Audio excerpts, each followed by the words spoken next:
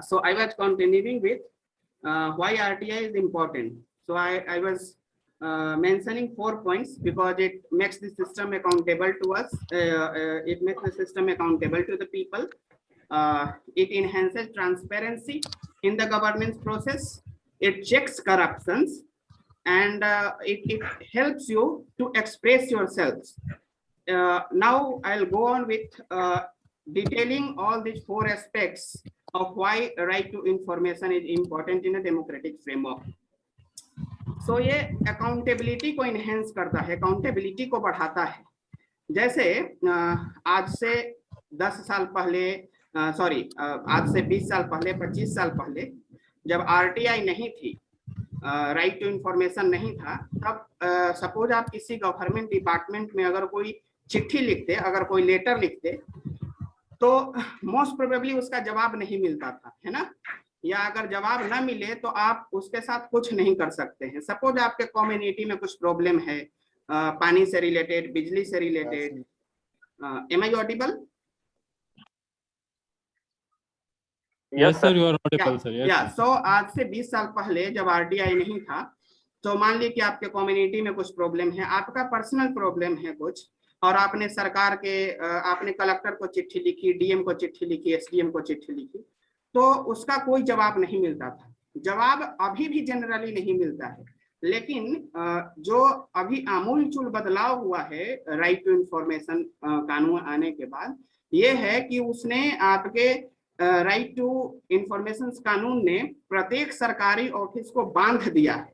सो जैसे आपने कलेक्टर को कुछ चिट्ठी लिखी किसी संदर्भ में, आपका कोई पर्सनल प्रॉब्लम हो, जमीन से रिलेटेड, बिजली से रिलेटेड, पानी से related, suppose you write an application to the district magistrate telling him about your problem, and अब उसने क्या हुआ, आपके राइट टू इंफॉर्मेशन कानून ने उस ऑफिस को, प्रत्येक ऑफिस को बांध दिया है कि आपने अगर कोई चिट्ठी लिखी और सपोज आपको कोई रिस्पांस नहीं मिलता है किसी सरकारी दफ्तर से, so now what you can do is you can file an RTI application with the concerned department saying कि sir, I had written a letter dated so and so regarding this and this subject, और उसका अभी तक मुझे कोई जवाब नहीं मिला है, तो उस चिट्ठी का कब तक जवाब मिलने की संभावना है। Now because you file an RTI application seeking the status report of your previous applications, वो जो दफ्तर है वो 30 दिनों के अंदर उस दफ्तर को आपके चिट्ठी का जवाब देना पड़ेगा, है ना।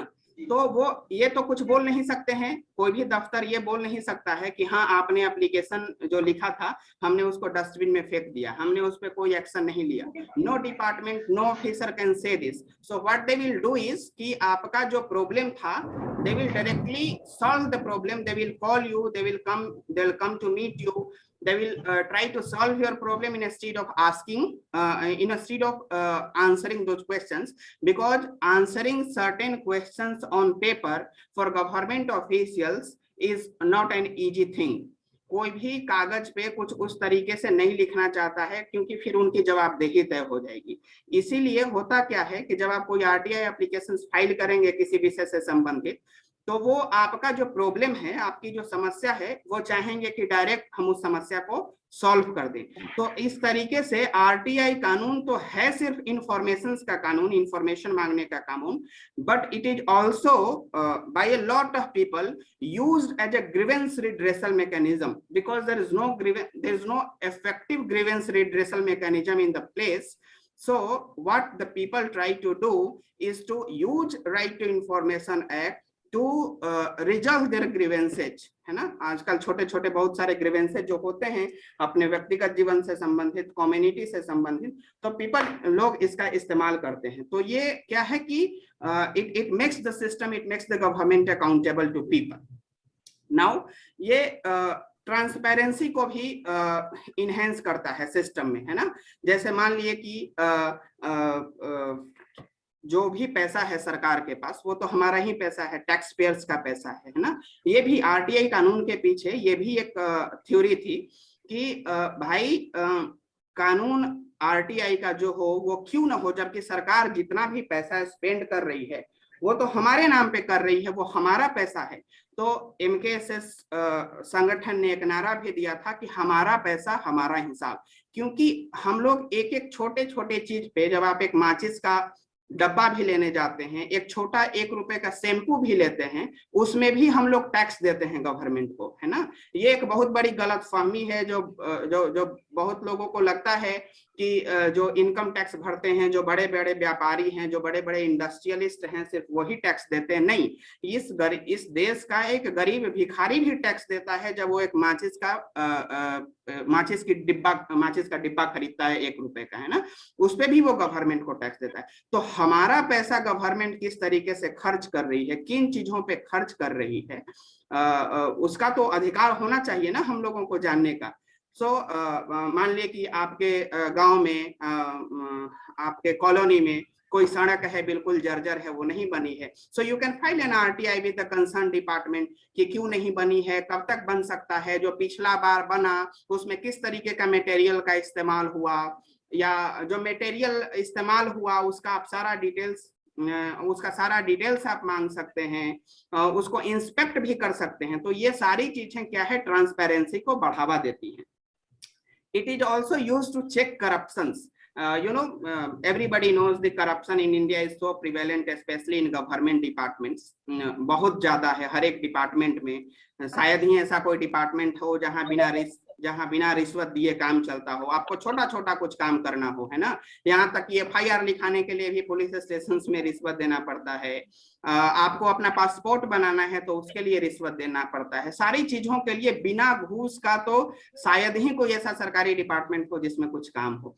तो उस स्थिति में RTI, and I had applied for my passport, so Odisha's Right to Services Act ये बोलता है कि 30 दिन के अंदर जब आप कोई भी सर्विस आप चाहते हैं गवर्नमेंट से, पासपोर्ट बनाना है या इस तरीके से कुछ इनकम सर्टिफिकेट बनाना है, आवासीय प्रमाण पत्र बनाना है, तो 30 दिनों के अंदर आपको you should maximum get that service, you should maximum get your passports with in 30 days. This is what the Odisha's Right to Public Service Act at that point of time ये करता है। अभी उसमें क्या अमेंडमेंट को I am not sure, I am not updated about it, but उस समय यही था कि 30 दिनों के अंदर करता है। I applied for my passport और मेरा पासपोर्ट 9 महीने बाद बन के आया। क्यों बन के आया 9 महीने बाद? Because the police officials, police station people were asking for a bribe of 2000 rupees, है ना, और वो मैंने देने से इनकार किया। मैंने कहा, क्योंकि पुलिस वेरिफिकेशंस होता है, आप सब लोगों को मालूम होगा पासपोर्ट बनने में पुलिस वेरिफिकेशंस होता है, तो I refuse to bribe the police officials. So इसके कारण मेरा पासपोर्ट 9 महीने में बन के आया, और वो भी 9 महीने में ऐसे नहीं, मैंने आई filed numerous RTI applications, maybe if I can correctly remember 12-13 RTI applications I filed in the passport office, in the concerned police station, in the SP office, है ना। और उसके बाद since I built so much of pressures upon them, they had to issue my passport without bribe. So भले ही उसमें विलंब हुआ, है ना, 1 महीने का पासपोर्ट भले ही जो मुझे 1 महीने में मिल जाना चाहिए था, भले ही मुझे 9 महीने में मिला, but I got that without paying a single rupee as bribe to the police officials. So this is how the corruptions can be checked in any government department. आप कहीं पे भी कुछ भी सरकारी डिपार्टमेंट में कुछ काम है और आपका काम अगर नहीं हो रहा है, तो you just file an RTI application seeking a status report of your application, seeking a status report of your work, and they will be bound to resolve your problem, है ना। वो घर पे आके भी आपसे फोन करके आपकी सारी समस्या का समाधान करेंगे, लेकिन वो कुछ उस तरीके से चीज कागज पे लिखना नहीं चाहेंगे जिससे उनको कुछ आगे चल के उनकी जवाबदेही तय हो और उनको किसी समस्या में फंसना पड़े। तो ये एक हुआ कि how right to information act can be used to check corruptions. Now coming to the point, democratically speaking, constitutionally speaking, why right to information act is important. So इसकी लड़ाई जो है भले ही 1990-92 में राजस्थान में शुरू हुई, लेकिन उससे पहले ही इसका एक थ्योरेटिकल फ्रेमवर्क तैयार हो रहा था, लगभग 20-25 साल पहले से, 30 साल पहले से. So as back as in the state of UP versus Raj Narain, अगर आप लोगों ने पढ़ा हो, बहुत फेमस केस है state of UP versus Raj Narain का. उसमें the Supreme Court of India remarked that right to information is very essential. Essential why? Because unless you know, Indira Gandhi को डी-इलेक्टेड कर दिया था sir. yes. So Indira Gandhi को डी-इलेक्टेड कर दिया. yes, that very case I'm talking about. So उसी case में ये एक साइड रिमार्क था सुप्रीम कोर्ट का, जिसके बारे में मैं बात कर रहा हूँ. वो साइड रिमार्क यही था कि unless you know, unless a person knows, how can he or she express himself or herself. सो अगर मान लिए कि आपको कुछ जानकारी ही नहीं, गवर्नमेंट कैसे चल रहा है, सिस्टम कैसे चल रहा है.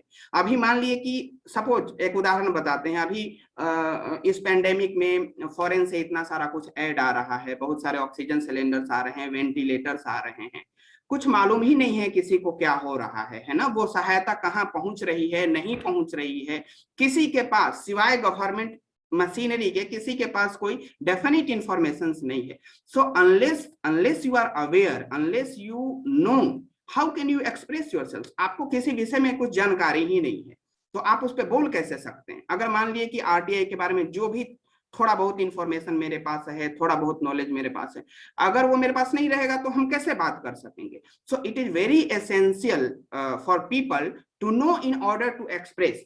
सो वो एक थ्योरेटिकल फ्रेमवर्क तैयार हुआ था, and that was made a part of, now it is a full fledge part of, not constitutionally inserted, but right to information is considered a fundamental right.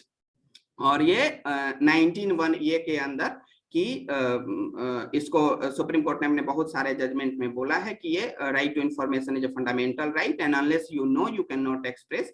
So it is a part of the your freedom of speech and expressions. So ये 4 चीजें हैं. क्या क्या जो मैंने 4 चीजें बताई वो है कि एक अकाउंटेबिलिटी को बढ़ावा देता है, it makes the system, the government accountable, it enhances transparency, it checks corruptions in the state, in the government departments, and fourth, it is helping people to express themselves about about the affairs of the government, about the things that are going on in our democratic polity. This is one thing.